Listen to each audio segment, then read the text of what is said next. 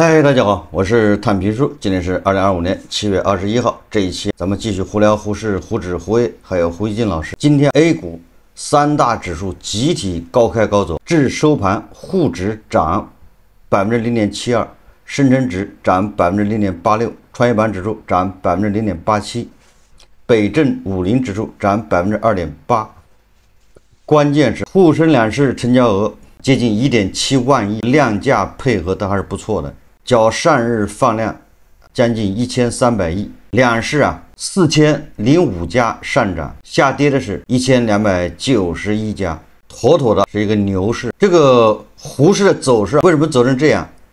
今天又创年内新高，收盘新高，原因恐怕大家都知道了。周末突然出了个利好，就是世纪工程要花1.2万亿建设雅江水电站。为什么说是世纪工程？一个是它的投资额要1.2万亿，这恐怕不是一天，这个恐怕要10年连续的投入。这个不仅是超级工程，更是什么超级基建。所以受这个刺激，这个西藏板块、什么水电板块、什么基建板块、什么水泥板块、建材板块等等都是暂停。这个恐怕不是1天2天能消化，也就是说，恐怕这几天或者是这一阵子受这个影响，沪市的走势恐怕都是叫震荡向上。但是咱们把话要说清楚，是不是牛市来了？想都不要想。如果胆儿大的在沪市里面现在赚钱的，我倒是觉得可以跑了，叫落袋为安，小心竹篮打水一场空，空欢喜一场。这个银行股它对指数的贡献，也就是主力通过控制银行股来达到操控指数的目的，所以让沪市指数严重失真。金融消费者想赚钱非常难，很多人都是赚了指数不赚钱。昨天解放日报，大家记住了，是解放日报看了一篇文章，叫银行股遭遇牛回头，是否稳赚不赔？这是解放日报的文章。中证银行指数已跑赢纳斯达克。不久前，工商银行、农业银行、中国银行、建设银行股价均创下历史新高。稍微拉长时间去看，会有一个更加惊人的发现，近1年以来，中证银行指数已经跑赢纳斯达克100指数。市场上也有人把银行股称为银斯达克，中国版纳斯达克。这个解放日报说，那么对投资者来说，这是否意味着目前的银行板块稳赚不赔呢？大家想想，解放日报是怎么回答的？答案是否定的。必须承认的一个现象是，银行经营端的压力依然很大，这也是市场对于银行板块的另一个担忧。4月底，42家 A 股上市银行集体交卷2025年1季度业绩报告。从报告中可以发现，2025年1季度银行净息差下行趋势暂未扭转，给不少银行未来的经营带来一定的考验和挑战。在42家上市银行中，有26家营业收入实现正增长，30家净利润保持增长，还有10家银行出现营收、净利润双双下滑，经营状况显示出一定的承压态势。同时，现在银行股已经不那么便宜了。比如，在2024年7月份，42家上市银行平均股息率高达4.9%。而截至今年7月7日数据，上市银行股息率已跌至3.9%。尽管目前股息率依然仍高于理财产品，但相比去年，现在上车已经显得不那么划算。现在的银行股不贵，但也不便宜。上海财经大学滴水湖高级金融学院教授、资本市场研究中心主任陈鑫提醒，投资者需要警惕市场情绪驱动的短期炒作风险，需根据经营情况、整体经济环境来判断银行股估值是否合理，避免在市场过热时追高入场。这是解放日报刊登的文章。解放日报提醒了，现在银行股虽然不贵，但也已经不便宜了，追高买入小心被套，勿为言之不预也。自己看着办。我们再看看一个叫野马财经的报道，有一家上市公司高管一窝端。什么叫一窝端？统统的被逮起来。这家上市公司叫金通林，一家主营工业鼓风机、离心空气压缩机的上市公司金通林，因为财务造假，虚增营业收入11.35亿元，虚减营收2.5亿元，被江苏证监局行政处罚150万元，涉事高管合计被罚420万元。这个证监局的拟处罚结果一出，遭到投资者在古巴、雪球等投资者的社区吐槽，担心违法成本过低，难以震慑严重的证券犯罪行为。因为你看，虚增9个亿的营收，连续财务造假6年，高管仅仅被罚570万，金融消费者受不了这刺激。但是别急，该来的迟早是要来的。现在金通林的刑事追责来了。7月17号晚间，金通林发布公告称，公司于近日收到检察机关的起诉书，被告单位金通林，被告人即为袁学礼、许昆明、茂兴鹏等6人，应当以违规披露重要信息罪等数罪并罚，追究刑事责任。其中，纪委时任公司的董事长兼总经理，袁学礼担任财务总监兼董事会秘书，茂兴鹏任监事及财务部部长，许昆明任总经理助理，并担任金通林合同能源管理有限公司总经理。这个检察机关认为，金通林作为依法负有信息披露义务的公司，连续6年向股东和社会公众提供记载虚假财务数据的年度报告，期间有4年将亏损披露为盈利，连续4年亏损，那直接就退市。结果他把它披露为盈利，造成投资者经济损失，情节特别严重。被告人即为袁学礼作为金通林直接负责的主管人员，被告人许昆明、茂兴鹏作为他直接责任人员，其他直接责任人员其行为均已触犯刑法，应当以违规披露重要信息罪追究刑事责任。此外，被告单位金通林在向特定发行对象发行股票的发行文件中编造重大虚假内容。被告人纪委、袁学礼、茂兴鹏分别作为直接负责的主管人员和其他直接负责人员，还应当以欺诈发行股票罪追究刑事责任。财务造假6年，虚增营业收入11.35亿。这个金通林成立于1993年，2010年6月在深交所上市，是江苏南通首家在创业板上市的公司。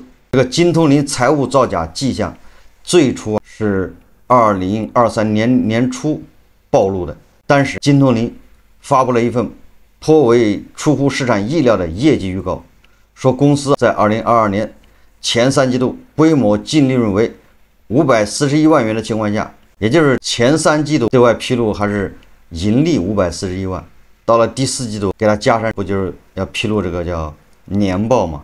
结果披露年报的时候，他预计亏损3亿到4亿元，一下就把投资者看傻了。你前3季度还是盈利541万，怎么第4个季度一过就亏损了3个亿到4个亿呢？以前有个类似的案例，很多上市公司都会出现这个情况。上市公司在某一年突然计提巨大金额资产减值的行为，就什么意思呢？一次亏个够，只要没有亏光净资产，把所有有问题的资产一把计提掉。计提以什么为准？就是你不要把净资产提成负的就行，这叫洗澡。第2年就轻装上阵了。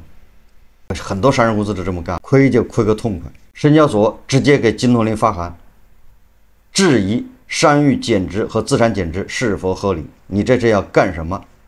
在审计和保荐机构进一步核查后，隐藏的真相终于被挖出。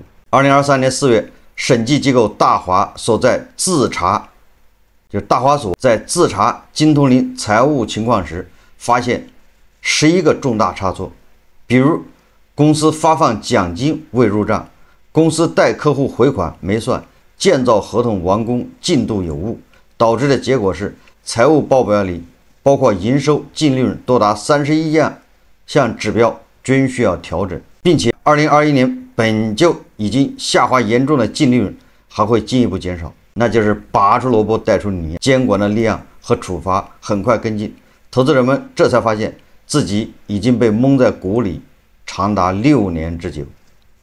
有关财务造假的手法，官方调查称，系通过伪造工程形象、进度确认表、发货单等调节 EPC 总承包项目完工进度、履约进度以及未发货提前确认收入、对销售退回、不冲减收入等方式虚增或虚减营业和利润总额。什么意思？首先，他的订单他还没有发货，他这笔利润收入进行确认了，但有的货发出去，人家退回来了，他也不在销售收入里面给他去掉，他就说人家没退，这样他不就调节利润吗？还有一个就是工程进度，他通过调节工程进度来调整利润总额。实际上查来查去，他这些造假手段，那在胡氏那叫家常便饭，屡见不鲜。这个金通林他出的事情最主要的还是跟他承包的一些工程项目有关，叫 EPC。这个 EPC 实际上就是总包工程，叫设计、采购、施工一体化项目管理方式。这个金通林证券部说，有几个需要公司自己垫资做的项目，出问题后被中断，最终停工。虽然是垫资做的，但前期该确认的收入还是要按照工程进度进行确认。项目一停掉呢，那财务上也要及时处理，比如冲回或计提。有的时候，上市公司为了掩盖它的这个报表，所以它就抱有侥幸心理，不及时进行冲回或者计提，该扣的金额没扣，就成了虚增收入；该确认的收入没确认，就成了虚减。其中还提到说，值得注意的是，当初为了解决资金焦虑，纪委和金通林不惜多次违规。2017年，为确保金通林定增顺利进行，纪委与投资人李宁签署协议，对其认购的股份进行收益保证。原本这类抽屉协议就是违规的，结果后续公司股价表现不佳，导致李宁损失超过2000万元。李宁心生不满，遂申请对纪委进行财产保全，给纪委加了一层轮候冻结。这一段说明什么？实际上，胡氏的上市公司很多公司定增的时候，都是要向参与定增的这些机构要进行收益保证。当然，这个东西不能拿到桌面上的，叫抽屉协议。要不然，哪些机构愿意拿着钱去参加你的定增？我喜欢你的股票，我在二级市场买就行了。你定增的折扣其实不大。这个金通林的这个案子还掀出了定增中的一些猫腻，这个也是常见。这下好了，金通林的董事长、CFO、总助等6名责任人一锅端，齐入狱，一把抓了。这个说明什么？说明一个是咱们胡氏现在严监管确实也是越来越严。第二个，这些胡氏的上市公司那简直是触目惊心，这种造假那简直是普遍现象。所以说，这叫杀鸡儆猴，对几个进行严打，能不能把胡氏的这5000多家上市公司给震慑住？我觉得太难了，我是觉得不乐观，因为犯罪成本还是低。这么大的骗局，通过这个报表改一改，虚假陈述，这个做假账，就能轻轻松松获得多少亿、几十亿、上百亿的好处。被逮住的才几个啊？逮住之后又要负刑事责任去坐牢的又有几个啊？坐牢又能坐多长时间？如果他真的把多少亿洗到国外去了，润了，他一个人在这坐几年牢有什么关系？辛苦他一个，幸福全家人。所以说，在这种利益驱动下，虽然有监管机构这么严监管，但是这种做假账、这种欺诈上市、这种欺诈发行很难杜绝。我们再看看《证券日报》它的一篇报道，就是对险资抱团高股息资产的3点思考。这个就跟刚才的《解放日报》提示，这个银行股虽然不贵，但也不便宜了，银行股面临着经营压力，这个时候进去要小心被套。《证券日报》说什么？说这个保险公司险资抱团高股息资产，就像过去的基金抱团那个茅台一样，引发3点思考。这个证券日报怎么说？他说，7月18日，中国保险行业协会披露了一起险资举牌案例。至此，年内保险机构举牌次数增至21次，超过去年全年20次。今年险资举牌标的共性鲜明，集中在银行和公用事业板块，普遍具有高股息特征，这一特征也与保险资金在股票市场整体持仓风格高度一致。险资抱团高股息资产是市场化行为，契合其求稳配置逻辑，但险资举牌与持仓过度集中，与少数高股息板块，却也暴露行业资产配置的深层隐忧。对此，笔者有3点思考。首先，险资抱团高股息板块并非最优解。他说，当前险资对高股息资产的抱团，本质上是多重压力下被动选择。险资这种趋同的配置策略，并非应对低利率的最优解，其中蕴含3重隐忧：一是机会成本较高，过度集中于银行等成熟行业，可能错失科技等新兴领域的成长红利；二是高股息特征并非恒定不变，险资久期较长，当前部分板块的高股息率可能随着资金的持续流入而变成低股息率；三是行业集中风险隐现，险资持仓策略过于集中少数几个行业，其投资组合本身可能隐藏集中度风险。第二个，他说挖掘并配置最具成长前景的板块方为正解。险资优化资产配置需要突破思维桎梏，构建新平衡。说白了，就是建议险资去炒那些高成长的板块，布局具有高成长性的行业，这个就是让险资去冒风险。第三个，他说优化资产配置的核心在于锤炼投资能力。说提升投资能力是保险业老生常谈的议题，但在当前环境下，其紧迫性尤甚。近2年市场利率下行较快，固收类资产收益率随之下滑。然而，保险资金的持仓中，目前仍有过半是债券等固收资产。同时，保险资金的负债成本久期较长，且难以跟随市场利率下行而调整。说这给险企投资端带来不小压力。若仍按此前的套路配置资产，极易出现利差损。保险公司急需提升投资能力，尤其要增强对权益资产、另类资产的投资管理能力，以适应投资环境的深刻变化。总之，险资抱团高股息资产是当前市场环境下现实选择，但从行业高质量发展的角度来看，险资应持续增配具有成长前景的资产，唯有如此，险资才能从被动防御转向主动适应，在推动自身高质量发展的同时，更好的助力资本市场健康发展，并提升服务实体经济的质效。实际上，险资它为什么要选这个银行股？这就是它本身性质决定的。一方面说明股市没有什么优质的标的。你以为险资它不想追求高成长，险资它毕竟不像游资，不像散户，它要追求稳定的收益，所以最终选来选去只能选银行板块，抱团取暖，它是迫不得已。当然了，险资也有可能配置一些高成长性的行业或者股票，但占比是非常低的，几乎可以忽略不计。就连胡一进老师他都是配置什么中字头的大型国有企业，拿少量的资金去参与什么所谓的高成长板块，追涨杀跌的。胡一进老师更多的钱买的是指数基金、行业基金。说到胡一进老师，咱们再看一看胡一进老师这2天也很忙，最主要是最近政府的通报比较多。你比如天水铅中毒事件最新通报昨天出来了，昨天还有一个昆明交通事故，一个恶性交通事故，2死9伤，通报也出来了。还有这个杭州的水污染通报也出来。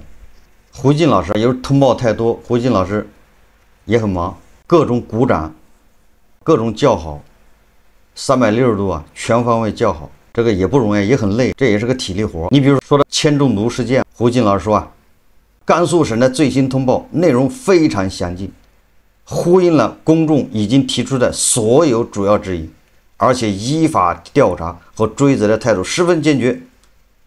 我希望它能产生应有的补救效果，诚恳希望1·2元铅中毒事件发酵后一波三折，今后不要以同样的逻辑又在其他地方上演。我们不仅要治标，还要治本。胡一进老师还明知故问，他说天水第2人民医院、甘肃疾控中心犯的错误同样不能原谅，真是不知道这两个单位内部的涉案机构和人员平时都在想些什么，忙些什么，导致了天水市和甘肃省对幼儿的检测结果与省外医院的检测结果出现如此大的差异。由于这个差异的存在，使得原报告中属实的部分也连带遭到质疑。你看胡一金老师到了这儿，他都不问一下天水第二医院和甘肃疾控中心这些人为什么要担着风险去改这个数据？为什么要故意的把那个样本静置将近3小时，用分层之后，就是血浆分层，拿上面的血浆去测试？他这个动机是什么？胡一金老师这个是忘了，胡一金老师他也忘了，这是个胡一金老师是主观故意把它忘掉的，选择性忽视，还是说也是技术性的？说我确实没想到，我分析就是差。不知道大家相信胡一金老师到底是他技术，他的分析能力不行，还是主观故意选择性的忽视这一块？按照咱们的逻辑，你该看到，你却选择没看到；你该说的，但是你选择不说，那这个就说明有问题，叫皮裤掏棉裤，必有缘故。胡一金老师没有追问这背后，对吧？为什么这么多人造假？有什么好处？幼儿园的园长，他是为了个人业绩，为了这招更多的小孩来入园，所以选择把吃的东西里面加颜料，导致铅中毒。似乎这个动机好歹它是有，他把动机解释了一下，至于你信不信，符不符合逻辑那是另外一回事。他是解释了动机，所以犯罪是有动机的，这个咱们都知道。所以胡一金老师巴掌的拍红了，不愿意问一下动机。你如果对动机不去追根问底，不去从根上去解决问题，那以后出现这样的事情，他还不是要造假吗？还是冒着风险造假，抱着侥幸心理，万一查不到呢？万一这事被掩盖过去了呢？大家不就都没事了吗？这个关于昆明交通事故，因为我们也太关注，这胡一金老师又是鼓掌一顿叫好，是吧？昆明警方今天的通报提供了比较详细的信息，排除了李某某酒驾、毒驾嫌疑，并且初步查明属交通肇事逃逸，这也帮助人们大体消除了围绕此事的其他联想。在当前对突发事件主要由官方通报信息的情况下，官方相关机构提供的事件每一个细节和调查信息，对舆论场来说都很有价值。老胡作为老媒体人，我觉得昆明警方这个通报是到位的。说实话，我还是给胡一金老师改一下，他最后一句话说是不对的。最后一句说老胡作为老媒体人，觉得昆明警方这个通报是到位的，应该改成老胡作为宣传人员，觉得昆明警方这个通报是到位的。他这么一改，一点问题都没有了，就能画个圆满的、完美的句号。但是他说，作为一个老媒体人，觉得昆明警方这个通报是到位的，这个是不行的。这个有点什么叫一粒老鼠屎害了一餐刀，就你不是媒体人，你非说你代表媒体人，这就不太好了。在我的印象里，如果是媒体人，应该去追问真相、客观事实，不要急着鼓掌叫好。你不能官方的通报一出你就在那鼓掌，那叫宣传人员，那不是人，对吧？媒体人是应该通过这官方的通报和实际情况，还有现场要多去质疑。你不质疑怎么叫监督？鼓掌就叫监督是吗？鼓着人家不好意思，让人家自己自我反省是吗？让人自己等着良心发现，自我纠正。所以胡一金老师他说作为老媒体人这个说法不准确。如果说作为一个宣传人员，那你鼓掌是应该的，因为你拿的就是这份工资啊，你干的就是雕盘这活啊。网友不说了吗？如果你不能发声，那你就别发声，没有关系，这玩意儿不能强求。但是你不能鼓掌，你有不鼓掌的权利。你不敢问，那就别问，但是不要急于鼓掌。好，这期节目我们就聊到这里，感谢大家收看。如果喜欢我的节目，欢迎订阅、转发，也可以在下方留言评论，谢谢大家。